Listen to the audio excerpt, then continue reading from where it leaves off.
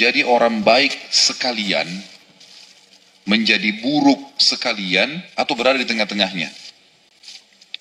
Kalau ibu milih menjadi orang baik sekalian, ini idealnya, ini paling bagus. Udah sekalian, istiqomah sekalian udah. Mau dibilangin alim, mau dibilangin apa, nggak usah peduli. Ya udah, memang saya ini sekarang. Udah. Halal dimatiin, perintah dikerjakan, kemudian yang haram ditinggalkan.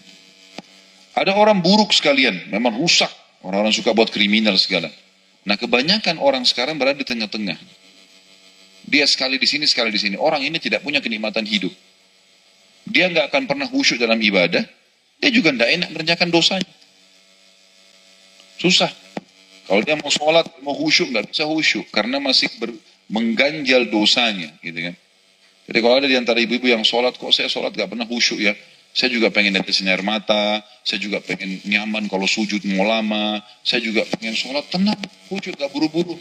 Gimana caranya? Saya pengen baca Quran supaya saya nyaman, saya ngerti, tersab dalam hati. Itu kata kuncinya, jauhi dosa. Karena yang menghambat semua itu dosa. Setiap ibu malas beribadah, itu dosa penyebabnya. Makanya dosanya dibersihin, itu seperti kotoran di badan kita. Kalau kita udah mandi, bersih, kita seger. Nah, dosa itu seperti kotoran badan. Jadi kalau ibu biarkan, maka jadi masalah. Susah untuk melangkah kepada hal yang lebih enak dan lebih nikmat dalam masalah ibadah itu sendiri.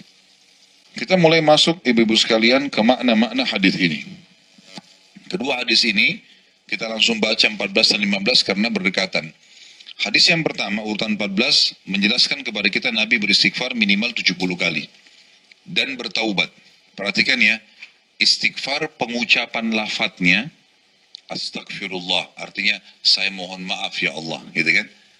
Wa atubu ilai, dan saya bertaubat kepadanya. Taubat tadi, meninggalkan kesalahan, gitu kan. Dan mengubah menjadi perbuatan baik.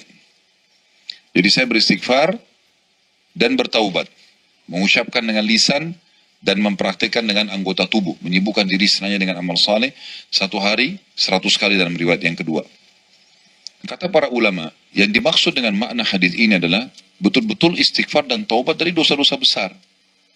Dan orang boleh melakukan ini walaupun dia tidak tahu apakah dia kerjakan atau tidak.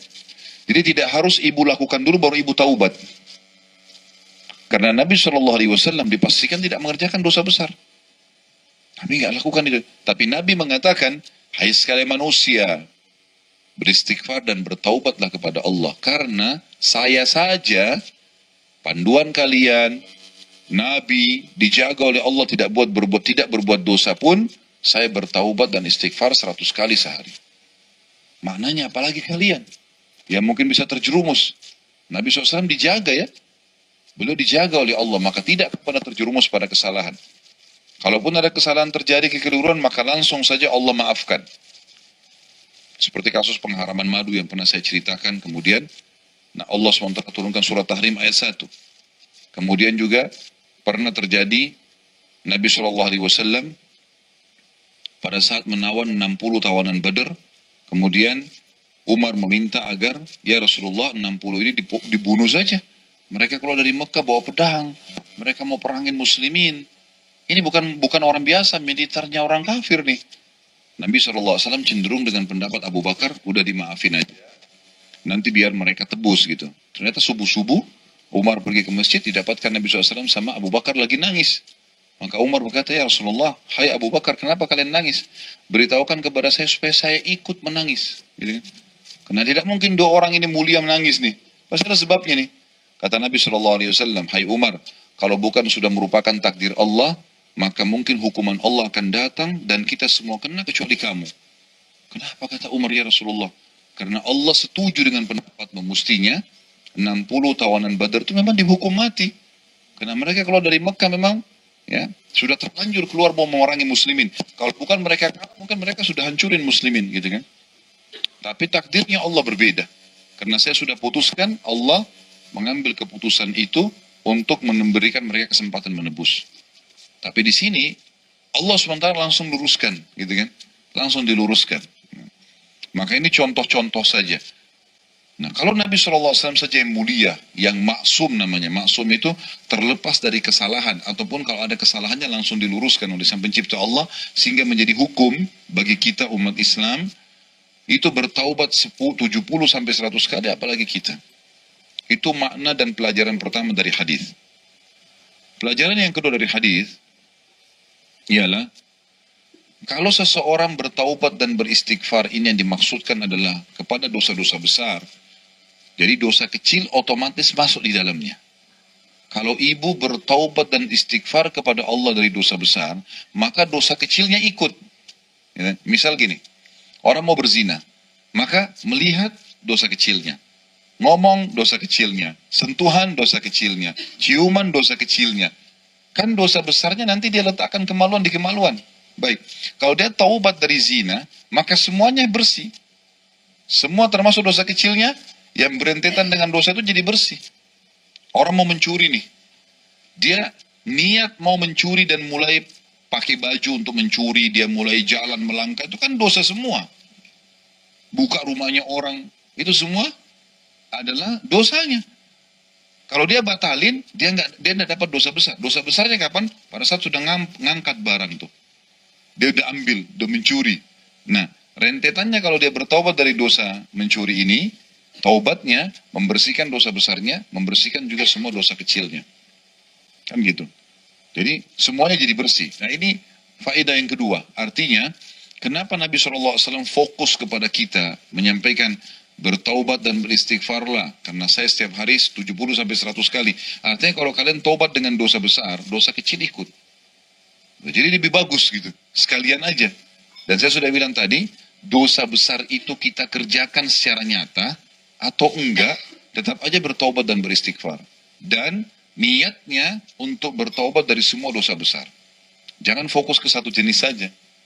Tadi saya bilang di awal pertemuan, masih ingat kan? Kalau kita cuma fokus ke satu dosa, maka itu yang dibersihin. Berarti kalau ada dosa lain belum ada pembersihan. Makanya taubat dan istighfarnya sehari itu, dia tidak fokus ke dosa khusus. Saya bertobat dan istighfar, ya Allah, satu hari itu saya ucapkan astagfirullah wa atubu ilaih, astagfirullah wa atubu ilaih. Terus begitu sampai 100 kali. Maka kita niatkan memang ini bukan dosa kecil, tapi semua dosa besar, ya Allah, bersih. Termasuk kecil akan masuk dalamnya. Jelas ya? Lafadznya macam-macam, nanti kan kita sebutkan lafadznya, gitu kan? Ini yang pelajaran yang keberapa? Yang kedua. Baik, pelajaran yang ketiga dari hadis yang bisa kita ambil adalah bagaimana taubat itu dan istighfar tidak kurang dari jumlah 70. Artinya harusnya taubat dan istighfar jumlahnya tidak kurang dari 70. Dan sebagian ulama mengatakan maksimalnya 100. Baik, bagaimana memahami masalah ini?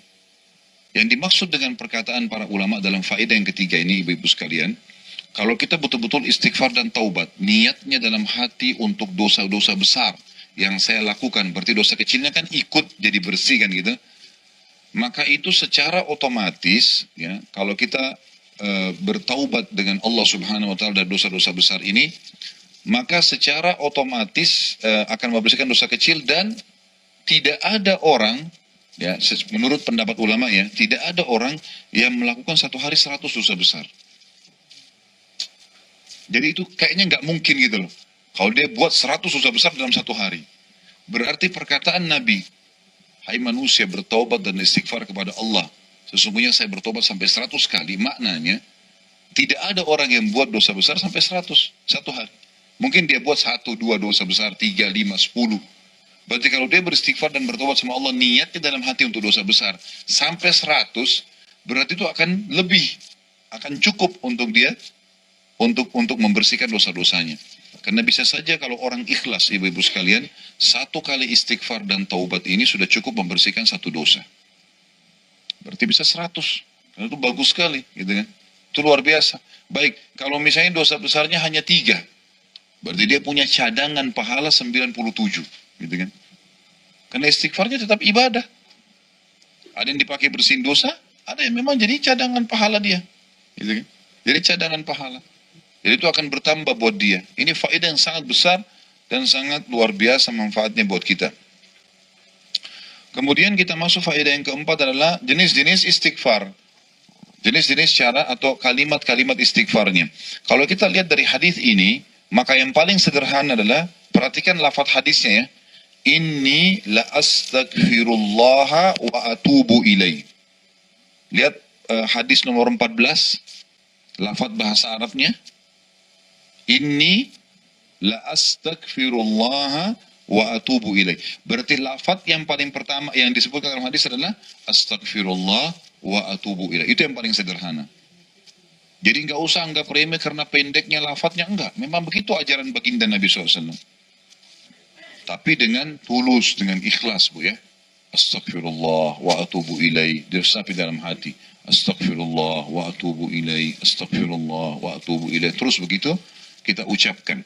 Insya Allah ini ya, kalau 70 sampai 100 kali, asal ibu lowongin waktu, itu makan waktu paling 3 menit, 4 menit ya.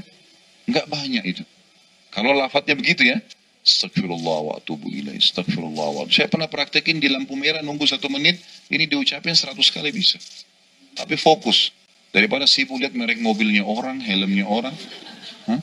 Lebih baik astagfirullah wa atubu ilaih, astagfirullah wa atubu ilaih. Gitu kan? Matanya lihat setir aja. Ya. Kalau lampu hijau baru jalan. Lebih baik sibukin begitu.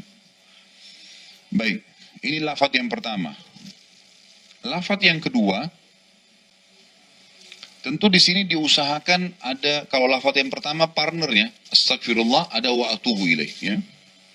Lafaz yang kedua, ada hadis Nabi SAW yang berbunyi, saya tidak terus terang tidak tahu di bab kita ini ada ditulis atau tidak, tapi ada hadis yang sahih berbunyi, siapa yang mengucapkan astagfirullahil azim, astagfirullahal azim, alladzi la ilaha illa huwal hayyul qayyum wa atubu ilaih, maka akan diampuni dosanya walaupun sebanyak buih di lautan. Jadi di sini agak lengkap. Astaghfirullahil azim alladzi la ilaha illa huwal hayyul qayyum wa atubu ilaih. Kata sebagian ulama hadis, penyebabnya kenapa dosanya dibersihkan walaupun sebanyak buih di lautan karena ada 2 sifat Allah yang mulia. Hayyul qayyum, zat yang maha hidup dan yang maha mengurus hamba-hambanya. Ini kata Nabi SAW, sekali lagi siapa yang membaca astagfirullahal azim alladzi la ilaha illa huwal hayyul qayyum wa atubu ilaih, akan diampuni dosanya walaupun sebanyak buih di lautan. Artinya kalau ibu bisa ucapin astagfirullahal azim alladzi la ilaha illa huwal hayyul qayyum wa atubu ilaih, 1. Astagfirullahal azim alladzi la ilaha illa huwal hayyul qayyum wa atubu ilaih, 2. Gitu loh, sampai 100. Nah, untuk mempermudah, karena kan ini perintah Nabi, bacanya setiap hari. 1 hari berapa jam? 24 jam. Ini. Berarti waktu kita panjang kan?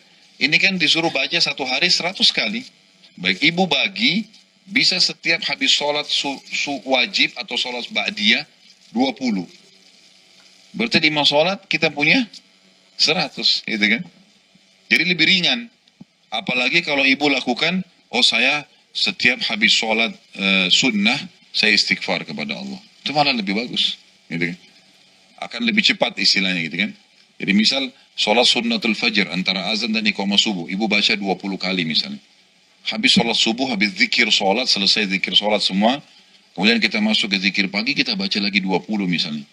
Ya kan? Orang duduk di masjid misalnya sholat syuruk, kemudian dia baca lagi 20 kali. Itu sampai sholat duha aja sudah selesai 100 gitu kan? Ya. Ini kalau seandainya ada orang yang mau membaginya. Kalau dia mau baca sekalian, alhamdulillah. Yang penting dalam mengamalkan ibadah itu istiqomahnya ya. Jangan hari ini ibu semangat baca 100, terus 1 bulan lagi baru baca. Gitu ya. Nah, memang setiap hari ini sudah, besok sudah, dan seterusnya. Selalu kita lakukan itu. Selalu kita lakukan. Jadi sesuatu yang telah Allah dan Rasulnya tentukan untuk amalan setiap hari, itu pasti baik buat kita Bu. Jangan sampai luput ya. Jangan sampai luput. Kalau masih ingat pernah saya ceritakan ada orang penyihir dari negeri Yaman yang taubat di Saudi. Kemudian dia ceritakan dulu waktu dia masih jadi penyihir, dia pernah nusuk-nusuk badannya gitu kan. Kemudian kebal. Maka waktu dia lagi 1 kali lagi nusuk-nusuk badannya, terus ada 1 orang masuk, anak muda, begitu masuk langsung baca ayat kursi. Orang itu langsung bilang, Allahu la ilaha illahul qayyum, tiba-tiba penyihir itu tusuk badannya tembus. Ya. Dia bilang, penyihir ini bilang, saya masuk rumah sakit 3 minggu. Nggak sadarin diri 3 minggu. Gitu kan. 3 minggu nggak sadarin diri. Setelah dia sadar, dia panggil jin-jinnya. Oh, dia ngomong, mana kalian? Kenapa nggak bela saya? Biasanya saya dibela. Supaya mata orang dia kesannya tertusuk. Padahal sebenarnya dia tidak tertusuk gitu kan. Jadi syaitan bisa mengelabui itu. Maka kata jin-jinnya, waktu anak muda itu baca Allahu la ilaha illa huwal hayyul qayyum ayat kursi, kami semua terlempar. Kami semua terlempar. Ini kesaksian si penyihir itu yang sudah taubat. Sekarang jadi dai dia, gitu kan. Maka dia bilang begitu kejadiannya, dia bicara. Terus dia bilang, saking sakit hatinya sama anak muda itu, saya selalu berusaha cari, ambil fotonya, ambil bajunya untuk sihir dia. Dan 3 tahun saya sihir dengan ilmu saya nggak bisa tembus. Dia bilang gitu, 3 tahun saya sihir anak muda nggak bisa. Setelah saya telusurin ternyata, ya, yang buat dia tidak bisa tembus sihir saya karena dia selalu baca setiap habis sholat wajib ayat kursi. Gara-gara itu tidak bisa. Artinya kalau apa yang sudah Allah dan Rasulnya tentukan sebagai wirid harian, ya, ibadah harian, jangan luput itu, Bu. Kadang-kadang kita habis sholat nih. Sebenarnya kan kita kalau duduk berzikir kan pahalanya ada. Kata Nabi SAW, siapa yang selesai sholat selama dia tidak berdiri dari musolahnya, tidak bicara sama orang di sebelahnya, tidak batalin wudunya, maka malaikat di atas kepalanya mengatakan, ya Allah ampuni dia, ya Allah rahmati dia. Sampai dia batalin wudunya, berbicara sama orang di sebelahnya, atau dia berdiri dari musolahnya. Kan gitu. Nah syaitan biasa hiasnya buat kita. Buru-buru mau ke dapur minum, buru-buru mau berdiri, buru-buru mau jawab HP. Ya jangan. Fokus. Kadang-kadang syaitan bilang sama kita, nanti aja baca sebentar di sofa. Sana. Padahal ke sofa udah gak baca tuh. Jadi harus langsung. Diperintahkan saat itu. Sama zikir pagi sore. Coba ibu-ibu, habis sholat subuh, habis zikir, langsung baca. Aman tuh. Kalau syaitan bilang sebentar aja habis sholat duha, nanti duhur sudah lewat. Oh udah azhar. Kebablasan semuanya. Karena syaitan targetnya kita tinggalkan kan. Maka duduk langsung. Dan ingat, saya sudah pernah ajarkan, ibadah harus paksakan. Nggak bisa enggak. Harus ibu paksa. Harus paksa baca Quran. Harus paksa sholat. Harus paksa sedekah. Kalau enggak bakal terjadi. Nggak bakal kita kerjakan. Berapa banyak sekarang yang ibu-ibu ibadah yang ibu tinggalkan? Banyak sekali kita tinggalkan. Karena gitu, tunda-tunda ikutin syaitan dan kita tidak paksakan diri. Nggak usah terpengaruh dengan perkataan orang. Ingat, orang mau bilang alim, ya alhamdulillah saya baru tahu nikmatnya alim sekarang. Nggak apa-apa. Jangan malu dengan itu. Baik, ini pelajaran-pelajaran yang kita bisa ambil dari hadis dan tadi ada 2 buah lafaz ya. Lafaz yang ketiga, lafaz cara taubat tadi ya. Lafaz yang ketiga adalah membaca Sayyidul Istighfar namanya, tuannya istighfar.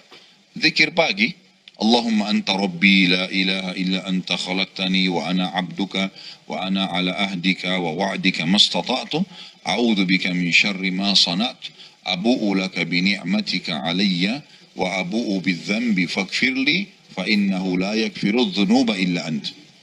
Ini artinya mulia sekali ya. Allahumma anta rabbi, ya Allah sungguhnya kau adalah penciptaku, pemilikku, pengurusku, pengawasku dan pemusnahku.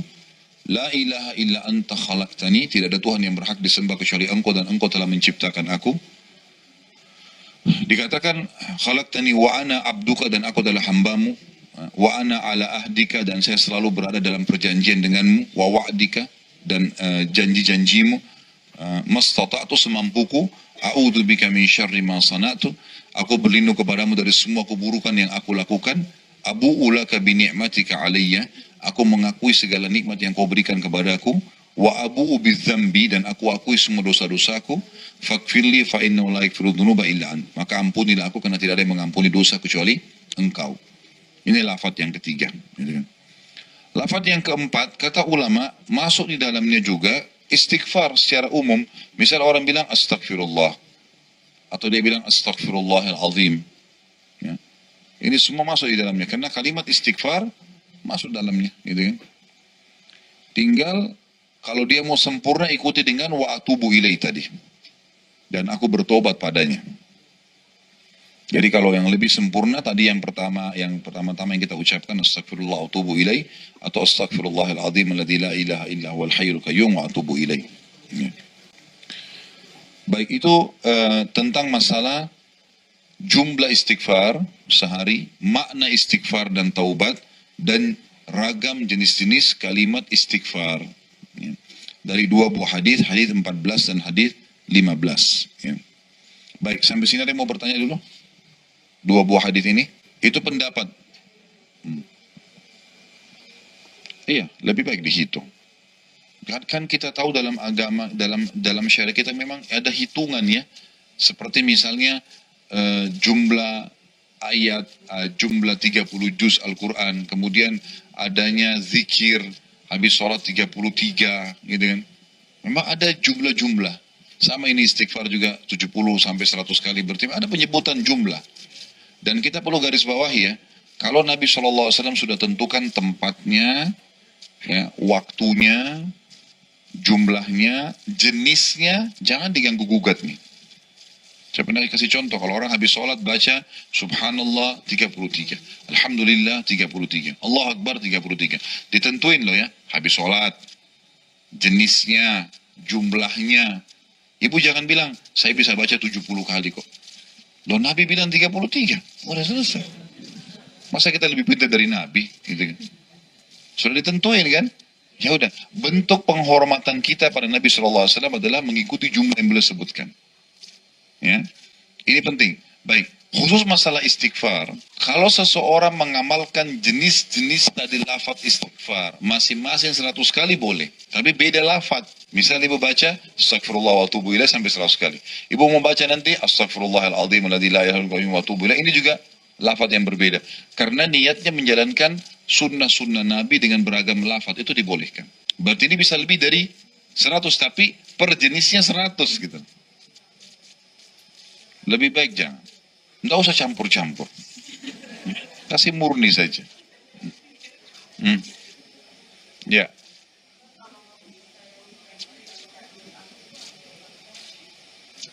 Iya. Itu namanya tatayur dalam agama. Jadi menggantungkan nasib pada benda. Masuk dalamnya feng shui. Kalau ini kayu menghadap sini nanti rezekinya kurang. Kalau ini tidak masuk cahaya begini. Itu semua namanya, itu perbuatan yang tatayur, bisa masuk dalam syirik. Ya, jangankan itu ya. Hal yang lebih kecil kayak biasa kita di Indonesia, tangan kanan gatal mau keluar duit, tangan kiri mau dapat duit. Ini nggak boleh. Itu tatayur namanya. Atau matanya kedap-kedip atas mau senang, yang di bawah mau sedih. Ini nggak boleh. Sampai kepada tingkat itu. Jadi dalam Islam itu ada memang hal-hal yang bisa kita lakukan. Seperti pernah saya sampaikan, beli buku judulnya Rumah-Rumah yang Tidak Dimasuki oleh Malaikat. Buku itu dibeli, dibaca, jadikan di perpustakaan rumah. Bacakan kepada anak-anak. Ada lebih dari 30 jenis rumah yang tidak dimasuki malaikat. Di buku itu bisa dibaca. Jadi seperti misalnya memang ada larangan, kita tidak boleh buang air besar, buang air kecil menghadap dan membelakangi kiblat. Ada itu dalam Islam. Tapi ini tidak disilakan dengan feng shui ya. Nggak disilakan dengan feng shui. Karena Islam tidak melarang itu. Nggak ada melarang. Jadi hal-hal yang nanti insya Allah dibaca di buku itu saja. Karena itu ada bahasan sedikit cukup panjang. Itu insya Allah akan lebih baik dibaca dan diterapkan. Ada lagi? Ya. Saya masih bahas 2 hadis ini ya. Masih ada bahasan lagi nanti.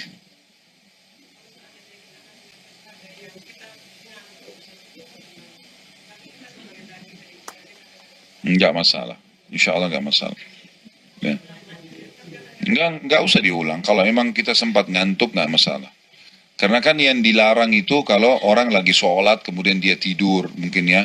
Dia tertidur, maka itu mungkin yang sedikit mengganggu. Tapi kalau lagi zikir, lagi baca Quran, kita tersadar setelahnya, wajar manusiawi. Kemudian dia kembali, insya Allah nggak masalah. Ya. Nggak ada sebenarnya batasnya. Artinya bisa sampai, sebagian ulama mengatakan, yang paling afdolnya sampai sebelum duhur, paling afdol. Sampai sebelum duhur. Kalau sudah masuk habis duhur sampai menjelang asar ini sudah mufaddal namanya. Artinya masih bisa, tapi berbeda pahalanya dengan yang tadi sebelum duhur itu. Karena kan dinamakan zikir pagi. Jadi, kalau sudah masuk asar ya sudah zikir sore. Makanya tadi saya bilang, duduk, baca. Insya Allah tuh 10-15 menit selesai. Gitu kan. Asal mau duduk saja baca. Hah? Sama, ya dia lebih afdalnya dari habis asar sampai menjelang maghrib. Gitu kan. Kalau lewat daripada itu boleh, tapi mufaddal udah. Jadi tetap boleh, bukan tidak boleh. Habis maghrib kita lupa baca tadi, habis isya kita baca nggak masalah. Jangan ketinggalan malah ya. Cuman kita bicara sekarang masalah afdalnya. Mana lebih besar pahalanya. Nah. Tadi yang kita sebutkan poinnya Bu, di awal. Enggak, jadi taubat nasuha itu tadi yang kita sebutkan. Jadi dia harus tinggalkan dosa itu seketika. Dia lagi berbohong, dia harus berhenti pada saat itu. Dia sesali dan janji sama Allah tidak ulangi. Maka itu insya Allah dia diterima. Menurut Imam Nawawi sudah diterima taubat nasuhanya. Kalau berhubungan dengan haknya Allah, kayak orang berzina, orang tidak sholat, orang seterusnya, ini adalah haknya Allah. Kalau haknya manusia, ditambah dengan syarat yang keempat, dia harus kembalikan haknya manusia itu. Yang sudah saya jelaskan tadi, kalau benda materi dia harus kembalikan, kalau gunjing atau fitnah dia harus perbaikin. Ya, seperti itulah.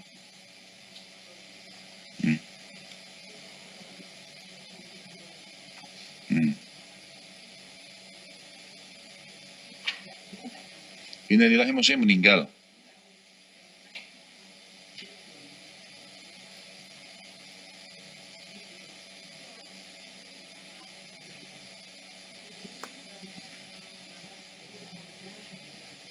Siapa yang menganggap udahlah? Yang dizalimi atau yang menzalimi? Ya udahlah ini apa? Dia maafkan atau enggak? Dia itu tidak apa-apa, dia dapat pahala. Dia yang sedang terzalimi dapat pahala. Yang menzalimi ini tetap dapat hukuman, kuasa Allah. Pasti dihukum, tidak usah khawatir Bu ya. Allah subhanahu wa ta'ala akan mendatangkan hukumannya. Cepat atau lambat. Jadi kebodohan seseorang, kalau dia anggap Allah tidak akan hukum dia. Ini bodoh sekali. Sekarang atau nanti. Makin dibiarin lama-lama dosanya, makin numpuk siksaannya. Makin numpuk. Orang curi hari ini, dia taubat langsung, dia kembalikan barang. Itu lebih ringan. Dibandingkan orang nikmatin dulu uang curiannya, kemudian 1 bulan, 1 tahun, 3 tahun, 10 tahun baru taubat. Itu cobaannya berat. Beragam macam hal yang akan datang ke dalam hidup dia. Yang paling mendasar sering kali ada ribut rumah tangga, yang kadang-kadang dia sakit, dia jatuh, dia mulai usaha bangkrut, banyak hal yang di situ. Yang kadang-kadang yang paling umum terjadi. Gitu kan. Ya.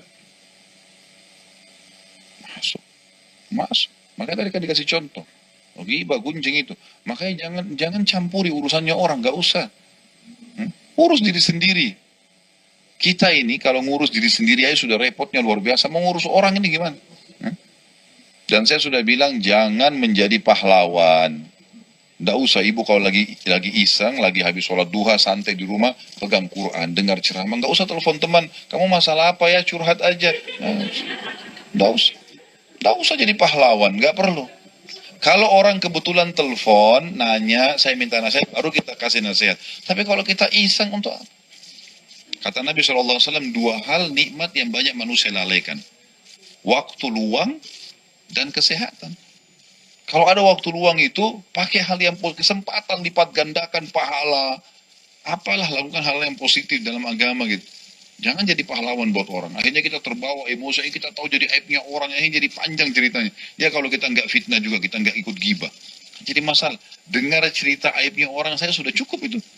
Jadi masalah. Jadi nggak usah campurin. Nggak usah campurin, kita urus diri kita sendiri.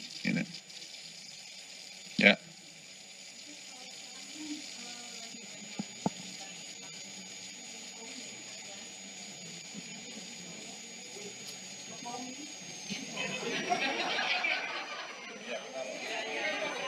Sebentar, kasih kesempatan jelasin.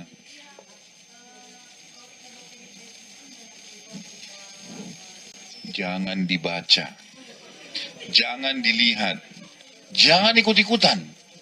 Ya? Baca sesuatu yang bermanfaat buat kita, Bu. Ya? Jangan begitu. Lebih baik ditinggalkan gitu. Ya? Dulu istri saya itu suka kalau pagi dengar berita. Saya tanya dia, Apa pentingnya nonton berita ini buat kamu? Bukan saya larang ya, saya cuma tanya, apa manfaatnya dengar berita ini? Kamu bukan politikus, kamu bukan pejabat. Yang dibutuhin saya hari ini makan apa, itu yang kau tanya. Itu yang penting dulu. Kecuali ada hubungannya itu dengan kita ya. Aduh, ini enggak, sekarang ini sudah berlebihan orang. Di pinggir gang, di warung kopi, bicara masalah politik. Main catur, bicara masalah politik. Enggak nyambung semua ini bukan politikus. Jadi semua orang bicara, enggak nyambung semua. Kemarin juga ibu-ibu tanya, Ustaz bagaimana hukum demo? Bu, ibu demo masak saja. Enggak usah tanya itu, enggak penting. Gitu. Sesuatu yang bermanfaat buat kita, yang tidak manfaat enggak usah dimasukin ke ranah itu. Untuk apa bahas masalah presiden nih? Apa hubungannya kita sama presiden? Kita juga biar suara teriak-teriak gak nyampe ke dia, gitu kan? Gak manfaat kan? Dan ingat, kalau kita sampai terjerumus dalam gunjingan dia, siap gak ketemu sama presiden? Hah? Bisa minta maaf gak, Bu? Hah? Kalau gak bisa berarti hari kiamat loh. Nah, ini berat ini. Berat. Sedangkan orang saja teman kita gosipin, kita harus minta maaf, apalagi orang lain. Kalau teman masih bisa kita minta maaf, enak, masih bisa sampein. Kalau orang lain, yang kita tidak kenal. Makanya nonton-nonton gosip itu jangan, tidak ada manfaatnya. Kita terbawa arus, kita jadi emosi, kita jadi terbawa, tahu, apalagi ada orang sebarin, itu bahaya. Fitnahnya besar itu. Dan tidak bisa loh ya, syaratnya tadi yang, kalau berhubungan sama manusia, harus kembalikan haknya. Perbaiki namanya lah, gitu. Enggak bisa. Istighfar itu dosanya sama Allah. Kalau dosanya sama manusia, istighfar dan kembalikan haknya. Enggak bisa, enggak cukup. Ya? Sebentar. Kenapa?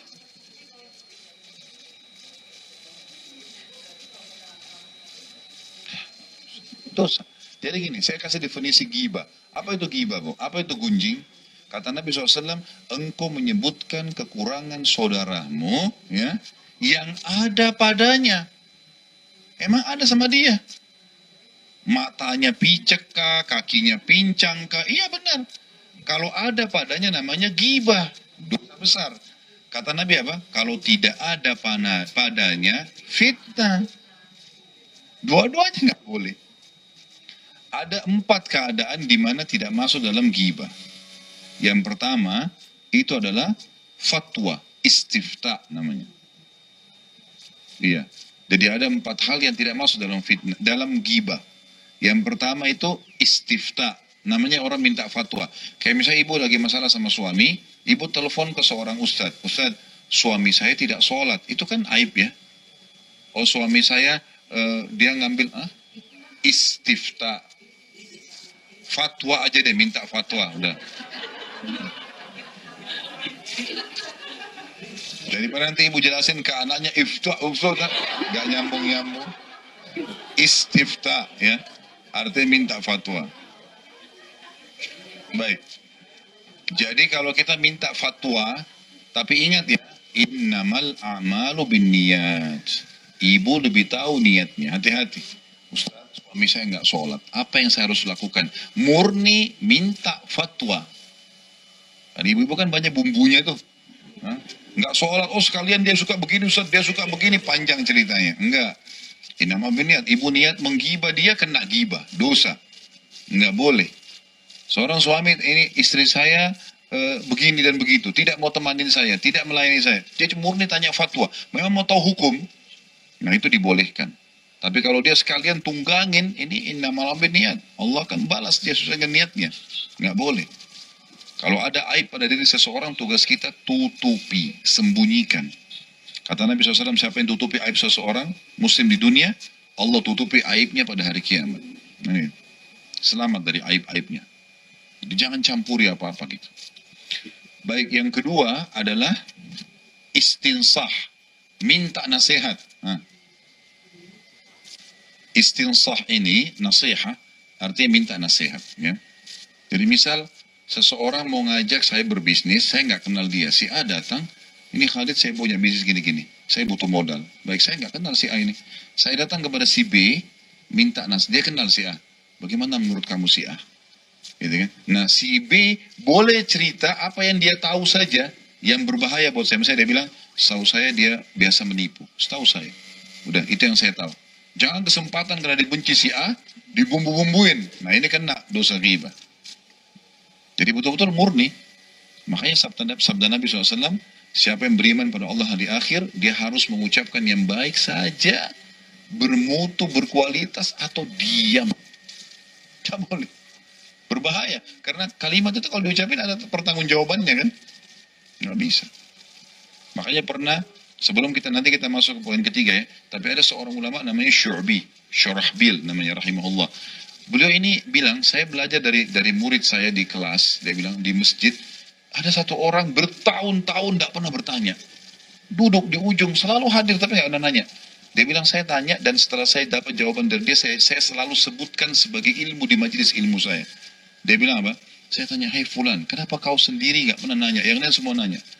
Dia bilang, saya mendengar, saya dapat manfaat. Gitu kan?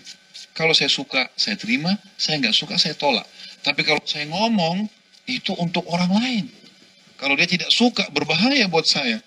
Maka saya dengar, saya selamat, saya diam, saya selamat.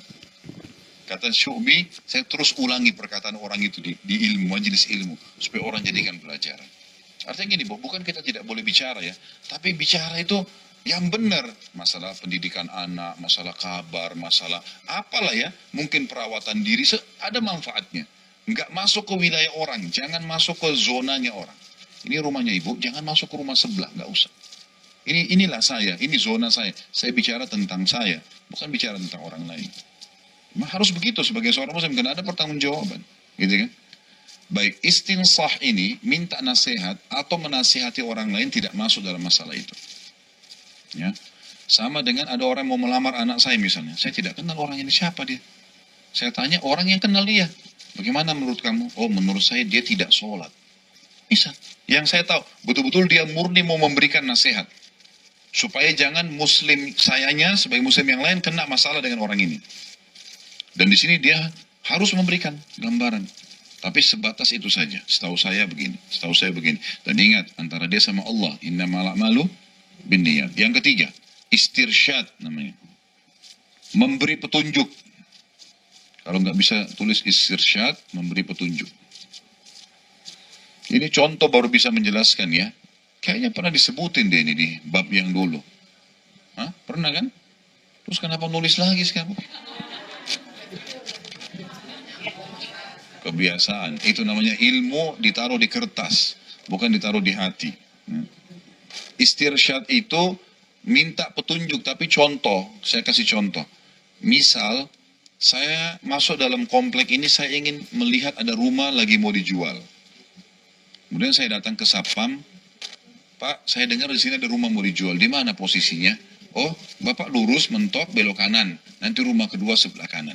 Baiklah, saya ke sana. Saya balik lagi, nggak ada pelang, nggak ada tulisan. Balik ke Satpam, Pak, yang mana Pak rumahnya? Nggak ada pelangnya. Ada, yang pintunya mau rubuh. Misal, atapnya begini, dikasih ciri sama dia. Karena kalau dia nggak sebutin, saya nggak tahu. Tapi innamal a'malu binniyat. Memang saya Satpamnya murni mau nunjukin. Saya janjian sama orang di masjid. Atau di acara perkawinan, gitu kan. Telepon-teleponan, saya belum pernah lihat orangnya sebelumnya. Alhamdulillah. Tidak pernah saya lihat orang sebelumnya. Kemudian, saya datang ke masjid, lalu saya tanya, mana Bapak Fulan? Oh, di sana yang di depan tuh. Yang pakai baju hitam. Saya lihat ke sana, orang semua pakai baju hitam. Ada 10 orang pakai jas hitam semuanya. Gimana caranya saya bisa tahu nih? Saya kembali tanya, yang mana? Oh, sana yang botak kepalanya. Yang gendut badannya. Cirinya disebutin, tapi niatnya untuk tunjukin. Kalau nggak disebutin, nggak bisa. Nggak tahu, oh ternyata yang di sana. Ada ciri khasnya, seperti itulah. Yang keempat adalah al-kuna wal alqab. Al-kuna itu julukan ya. Julukan. Ini pasti ingat nih contohnya. Hah? Bapak A, nama Ahmad, dan Bapak B namanya Ahmad juga. Misalnya Ahmad sama Ahmad, dua-dua sholat di masjid. Ya. Lalu kemudian Bapak A, yang Bapak A, Ahmad A ini, dia rupanya penjual kambing. Bapak Ahmad B, dia penjual mobil. Ya, julukan. Nah, supaya si Bapak A yang Ahmad penjual kambing ini bilang sama pengurus masjid, habis sholat Isya iklanin ya, kalau saya undang orang makan di rumah saya. Semua jemaah masjid ini datang. Lalu kemudian marbot masjid iklanin, Bapak Ahmad undang makan malam yang mau datang silakan. Orang masjid tanya, Ahmad siapa? Oh, Ahmad kambing. Dan dia tahu itu namanya memang terkenal, dia anggap itu sebuah promosi malah. Karena dia jual kambing misalnya. Oh, Ahmad mobil misalnya. Nah itu kalau sudah melekat dan dia tahu, nggak apa-apa. Dia tidak marah maksudnya. Ya, kalau dia sudah tahu. Tapi ini juga inama biniat ya, sesuai dengan niat masing-masing. Sudah? Masya Allah. Kenapa jadi banyak yang bertanya? Hah? Kenapa? Wah itu nggak ada hubungannya nih sekarang. Oke lah. Sebentar. Kalau orang KPR, sifatnya kita bicara masalah hukum riba. Kalau ibu mau bisa bahas masalah riba, baca Al-Baqarah 275 sampai 279. 275 sampai 279. Di situ disebutkan kalau orang tidak tahu hukumnya masalah riba, maka yang berlalu jadi halal buat dia. Tapi semenjak dia sudah tahu dan ke depan itu jadi haram buat dia. Sudah terlanjur KPR, sudah terlanjur pokoknya kredit kendaraan dan segalanya, tapi riba kita nggak tahu sebelumnya. Maka yang lalu-lalu jadi halal. Karena ketidaktahuan. Dan kalau dia mampu lunasi, alhamdulillah. Itu lebih aman. Kalau tidak bisa, dia boleh membayar walaupun ada bunganya, tapi tidak membuka pintu riba baru. Baca Al-Baqarah 275 sampai 279 akan menjawab masalah itu. Iya. Ghibah orang non-muslim pun tidak boleh, tetap tidak boleh. Menggunjing orang non-muslim juga tidak boleh. Tidak ada hak kita di situ. Tidak usah masuk ke zonanya orang lain. Jadi nggak usah. Kecuali memang tadi salah satu dari 4 itu. Kayak tadi pertanyaan kedua, bagaimana kalau kita mengajak supaya tidak memilih misalnya ketua yayasan kah, kepala sekolah kah, apa segala masuk dalam tadi istirsyad itu, memberikan petunjuk. Dan itu kalau misalnya kita ditanya ya, kalau nggak ditanya nggak usah. Nggak usah masuk ke zona yang tidak ditanya. Nggak ada wewenang kita di situ. Atau mungkin memang kita guru, kita ngajar, harus menjelaskan itu lain. Tapi kalau nggak ditanya segala nggak usah. Ya. Apalagi zona politik ini nggak usah masuk ibu-ibu. Artinya betul-betul kalau darurat sekali orang itu memang punya wewenang di situ, dia bertanggung jawab, ya udah urusan dia sama Allah. Jadi makin kita kerucutkan kepada masalah kita pribadi itu makin bagus sebenarnya. Kita lebih aman, tanggung jawab hari kiamat lebih ringan. Ya, ya. Di belakang dulu. Oh, lain. Kalau ada orang berbuat salah dan kita ingatkan kesalahannya itu lain. Itu dakwah. Nggak masalah itu. Nggak usah. Nggak perlu. Artinya gini Bu, kalau misalnya perlu ya, perlu. Misal ibu jelasin ke anaknya sendiri tentang kasus Al-Maidah 51 misalnya.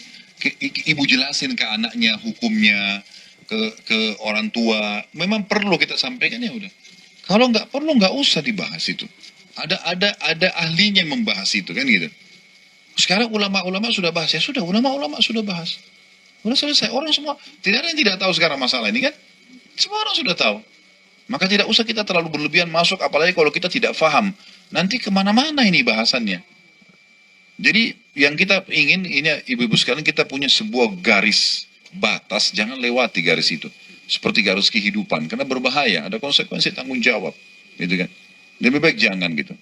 Karena masalah kasus gubernur DKI, sambung ke presiden, sambung ke menteri, sambung ke TNI, sambung ke Polri. Kemana-mana nih, kalau mau diikutin panjang sekali. Panjang sekali. Kalau kita, ibu sekarang melihat kemungkaran terjadi. Al-Maidah 1 dibahas. Baik, kita tidak suka dengan hati. Sudah ingkar mungkar loh itu. Kita nggak suka orang ini salah dalam ucapannya. Sudah, itu sudah ingkar mungkar. Ingatkan kepada orang yang terdekat dengan kita. Itu ingkar mungkar. Tapi nggak usah sibuk nanggapin Facebook atau buat khusus gitu kan. Apalagi kita bukan ahlinya ya. Maaf saya bahasakan. Kita bukan ulama, kita juga bukan politikus yang memang bisa pendapatnya itu didengar gitu. Akan bermanfaat, itu maksud saya. Sudah? Masih banyak angkat tangan. Nah. Nggak bisa, berdiri. Nggak boleh. Ibu jangan dengar. Sama orang gibah, orang fitnah, orang bicara masalah dosa, diskotik lah, perzinahan lah. Ya jangan bilang, saya nggak ikut-ikutan, tapi cuma dengar, sama aja. Kan pernah saya bilang, kita ini lemah Bu ya. Kita ini lemah, manusia ini lemah. Saya dan ibu-ibu di sini, kita lemah. Bisa terpengaruh ya. Telinga itu connect sama hati, mata connect sama hati, mulut connect sama hati. Orang saya pernah kasih contoh, teman kita bilang saya mau kencing, kita juga mau kencing kok. Karena besarnya pengaruh. Kalau kita bilang kita nggak terpengaruh itu mustahil. Ya, lebih baik jangan. Kalau mereka bicara sesuatu pindah. Pernah ada salah satu ulama salaf dulu dari zaman dulu gitu kan. Dia lagi duduk terus teman-temannya lagi gosipin orang. Tiba-tiba dia berdiri terus dia, maaf ini laki-laki sama laki-laki waktu itu, dia buka bajunya dicabut bulu ketiak. Di depan teman-temannya. Sengaja dicabut sama dia dilihatin. Teman-temannya tersinggung. Ada teman-temannya yang bilang di antara situ, kenapa kau lakukan ini? Aib benar nih. Malu, kenapa kau nggak di belakang di rumah kamu tadi? Kenapa kau harus di depan kami? Dia bilang, dia ingin berikan pelajaran ke teman-temannya. Dia bilang, apakah kalian menganggap ini cabut bulu ketiak malu di depan umum? Dia bilang, iya, memalukan. Semua orang tahu itu memalukan. Kata dia apa? Yang kalian harus anggap malu, apa yang kalian lakukan sekarang ini? Gosipin orang. Yang saya sedang lakukan ini sunnah Rasul loh. Mencabut bulu ketiak kan sunnah Rasul. Loh iya. Dan yang kalian sedang lakukan ini maksiat kepada Rasul. Ini kan maksiat ya. Gosip ini. Artinya dia ingin tunjukkan mencabut bulu ketiak tetap lebih mulia daripada kalian gosipin orang. Dia ingin berikan pelajaran teman-temannya gitu. Ya, itu contoh saja ya. Bagaimana sebagian di antara mereka berdiri dan meninggalkan atau mereka menasehatin. Jangan ikut di situ. Maka lebih baik hati-hati. Dan ini Allah alam yang saya lihat itu harus betul dirincikan. Dan itu bahaya kalau dikatakan semua ahli maksiat boleh digosipin. Itu boleh digibahkan sama, kita gosip berarti. Tidak boleh. Harus dilihat dulu kan gitu. Sampai Nabi SAW pun kalau ada sahabat yang berbuat salah, seperti pernah ada, Nabi tugaskan seseorang bernama Ibnu Lutbiyah ngumpulin zakat. Ngumpulin zakat. Jadi rupanya Ibnu Lutbiyah ini pergi ngambil zakat, kumpulin zakat. Jadi sementara ngumpulin zakat, rupanya ada yang kasih duit dia. Ini buat kamu ya, ini buat kamu ya. Hadiah buat dia. Dia lagi bertugas ya. Jadi dia kelilingin orang-orang tahu, oh ini pegawainya Nabi, gitu loh. Jadi orang kasih-kasih ke dia. Dia pas tiba di Madinah di masjid, dia taruh zakatnya. Ini zakat kalian, ini hadiah buat saya. Ya, ini buat saya nih, dikasih oleh orang-orang. Waktu itu Nabi SAW ada di situ. Karena mau store ke Nabi kan. Nabi SAW naik di atas mimbar, lalu beliau bertahmid dan bersalawat untuk diri beliau SAW. Lalu beliau mengatakan, kenapa ya ada orang yang saya tugaskan? Padahal orang itu di depan mata Nabi loh. Nabi gak sebutin namanya. Kenapa ya ada orang yang saya tugaskan mengumpulkan zakat, lalu dia kembali, dia mengatakan, ini zakat kalian, ini hadiah buat saya. Coba seandainya kalau itu hadiah betul buat dia, bukan karena dia sedang bertugas, coba dia duduk di rumah ibu dan ayahnya, sampai nggak hadiah itu sama dia. Tanda tanya. Ya kan? Artinya ini bukan karena kamu dikasih, orangnya tahu karena kamu sedang bertugas. Kamu jalanin, artinya gini, kalau ibu lagi ditugasin oleh kantor beli barang misalnya, kita beli nih, karena kita beli banyak 100 juta, dapat hadiah pulpen, dapat hadiah payung, dapat HP, dapat diskon. Ini punya perusahaan, bukan punya ibu loh. Karena ibu kan pakai duitnya perusahaan. Bukan punya kita itu. Ini main diambil, main dibawa pulang. Ini nggak boleh nih, haram semua. Karena orang taunya kita pegawai perusahaan itu. Kita juga digaji di situ. Duitnya pakai duit orang perusahaan itu. Nggak boleh, bukan punya kita itu. Maka ini yang dimaksud. Karena dia lagi tugas, nggak ada. Dia mesti kasih store. Ini loh zakat, ini tadi saya dikasih. Bagaimana hukumnya ya Rasulullah? Nah, nanti Rasulullah bilang, halal buat kamu nggak apa-apa. Nanti perusahaan bilang, oke, pulpen itu buat kamu nggak apa-apa. Nah, itu baru halal. Kalau nggak boleh. Ini rumahnya penuh TV, penuh macam-macam hadiah. Padahal perusahaan yang belanja. Dari mana ini? Haram dalam agama. Contoh, tapi yang kita ingin bahas, Nabi nggak sebutin namanya orang itu. Depan matanya Nabi loh ini. Nabi cuma bilang, kenapa ya ada orang yang begini dan begitu. Gitu. Ada kaum nggak sholat Jumat nih. Nabi tahu siapa mereka. Nabi nggak bilang, si kaum fulan begini, enggak. Nabi mengatakan, kenapa ya ada kaum yang tidak sholat Jumat. Kalau mereka tidak mengubah itu, maka Allah akan mematikan hati-hati mereka. Ditutup hati mereka dari hidayah. Jadi itu ada adabnya, ada tata kerama. Nah kalau ada pun tadi ahli maksiat misalnya, kita mengatakan tetangga ini sering buat masalah gini. Terus dirincikan semua namanya. Nah, sekarang kalau berita-berita gosip susah kita hindari. Nama disebutin, alamatnya lah, gambarnya lah, lengkap semua. Gitu kan? Nah, ini bahaya ibu-ibu sekalian. Harus hati-hati ya. Karena kita semua akan mempertanggungjawabkan pada hari kiamat. Secara individu, jangan buka masalah. Saya sarankan menuju ke akhirat ini, jangan bawa dua hal.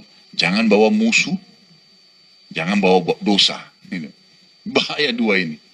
Jadi dosa perbanyak taubat, musuh jangan disiapin. Jangan punya masalah sama orang. Yang bukan ranah kita, jangan masuk bu. Nggak usah masuk.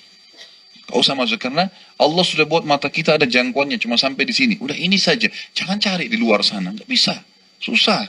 Jangkauan kita ada. Kaki kita 1,5 meter. 1 meter kita jalan bisa upaya ekstra. 2 meter bisa robek celana kita dan seterusnya. Jadi nggak usah lewat dari itu. Jangan lewat dari zona itu.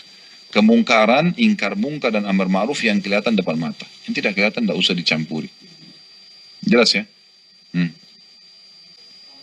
Tidak. Beda niat dengan melakukan. Kalau dia baru niat, itu lain. Belum terpenuhi taubatnya. Ini kan dia harus lakukan. Iya, dia langsung meninggalkan dosa itu. Sesali. Kemudian baru dia berjanji sama Allah tidak ulangi. Ya, ini baru bisa. Kalau dia baru niat, belum berarti. Belum taubat. Nah itu tadi saya sudah jelaskan. Kalau dia taubat yang sekarang ini nasuha, dia penuhi syarat 3, betul-betul dia istiqomah lah setahun. Tahun depan dia terjerumus lagi. Itu berarti dia butuh taubat baru. Tapi taubat yang lalu sudah dimaafkan. Cuma tadi kan dibilang sama Imam Nawawi, kalau salah satu dari 3 syarat ini terbengkalai, misal, dia tinggalkan iya, dia sesali iya, tapi kalau ada peluang dia mau ulangin. Berarti syarat ketiga untuk bertekad tidak mengulangi itu nggak ada. Ini nggak diterima dari awal tobatnya. Harus memenuhi syarat ini. Jelas? Jadi saya ulangi, yang dimaksud adalah Nabi SAW berikan perumpamaan kepada kita. Dan ada lafaz hadis lain juga menguatkan ini. Allah lebih gembira daripada seseorang di antara kalian. Ya, Allah lebih gembira dengan taubat hambanya dibandingkan seseorang di antara kalian yang sedang pergi ke padang pasir. Dia bawa semuanya perlengkapannya di atas untahnya. Pada saat dia sedang sendirian di padang pasir, ini terjemahan hadisnya ya, supaya mudah difahami. Pada saat dia sedang jalan di padang pasir, kemudian tidak ada orang lain, tidak ada manusia, tinggal dia sendiri. Tiba-tiba untanya lepas. Riwayat lain menjelaskan, pada saat dia sedang tidur di bawah sebuah pohon, untanya lari. Dan waktu dia bangun, dia tidak temukan untanya. Pada saat dia keliling-keliling di padang pasir mencari untanya sampai dia sudah sangat letih, dia nggak temukan, maka putus asalah dia. Kemudian dia kembali, dia berkata, aku akan kembali ke pohon yang pertama aku tidur tadi. Mudah-mudahan saja aku sudah mati. Jadi dia berharap dia tidur, kemudian dia sudah tidak bangun dalam kondisi mati. Maka dia pun kembali dan dia tidur di bawah pohon tersebut. Tertidurlah dia. Kemudian pada saat dia bangun, dia temukan untanya berdiri di sebelahnya. Maka dia sangat gembira. Seperti itulah. Kangking gembiranya dia mengatakan, ya Allah, karena dia syukur sama Allah. Ya Allah, engkau adalah hambaku. Aku adalah Tuhanmu. Dibalik sama dia. Salah mengucap gara-gara gembiranya. Amin. Seperti itulah. Hadis ini memberikan pelajaran kepada kita yang pertama. Allah itu memiliki sifat gembira. Dan wajib kita imani sifat-sifat dan nama-nama Allah, gitu kan? Allah gembira, tapi tidak perlu kita interpretasikan, tidak perlu kita alihkan maknanya. Oh ini bukan gembira, nggak bisa. Allah punya tangan ya, Allah punya tangan. Tidak usah kita bantah mengatakan tidak, bukan tangan. Tidak boleh diinterpretasikan. Allah punya kaki, Allah punya kaki. Memang begitu penyampaiannya Nabi SAW, gitu kan?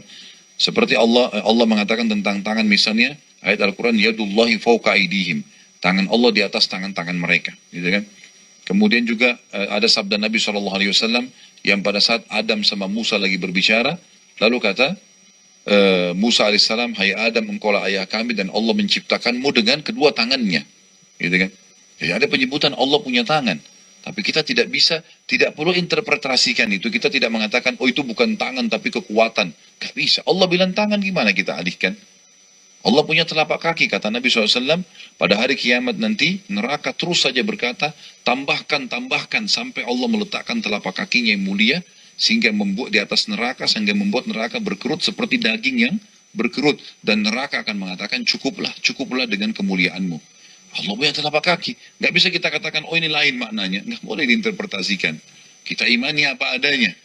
Ya, sebagaimana juga hadis tentang Allah turun di waktu sepertiga malam. Gitu kan? Allah turun. Kita imani Allah turun. Tapi tidak usah kita alihkan maknanya. Tidak usah kita tolak. Tidak usah kita tanyakan bagaimananya. Karena tidak dirincikan oleh Allah. Gitu kan? Seperti itulah. Jadi kita tidak usah masuk ke zona itu. Tapi kita imani. Salah satu sifat Allah yang mulia adalah Allah gembira. Dan di sini dikatakan Allah gembira dengan taubat hambanya. Jadi ini faedah pertama dari hadis adalah Allah memiliki sifat gembira. Yang kedua, manfaat daripada taubat. Besarnya manfaat taubat. Sampai bisa membuat sang pencipta Allah gembira.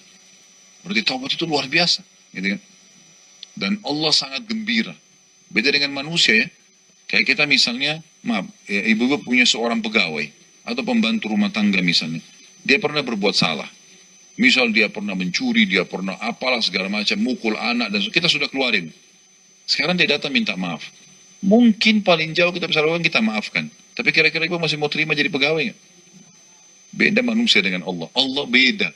Ibu sudah 50 tahun buat segala macam kesalahan, kerusakan di muka bumi udah. Datang, taubat, Allah malah gembira. Disambut sama Allah. Itu luar biasa itu. 50 tahun zina, 50 tahun dusta, 50 tahun macam-macam. Hari pertama tahun 51 taubat, Allah bilang baik. Gembira Allah dengan itu. Bahkan dikasih contoh di sini. Allah lebih gembira dengan itu hambanya mau taubat. Karena Allah nggak mau kita masuk neraka, Bu. Allah sayang dengan hambanya, nggak mau masuk neraka. Makanya terus saja sinyal taubat datang. Termasuk sekarang ibu-ibu hadir di majelis ini. Adalah sinyal dari Allah untuk taubat. Ini pelajari bab taubat untuk diamalkan. Ingat. Ilmu tidak bermanfaat kalau tidak diamalkan.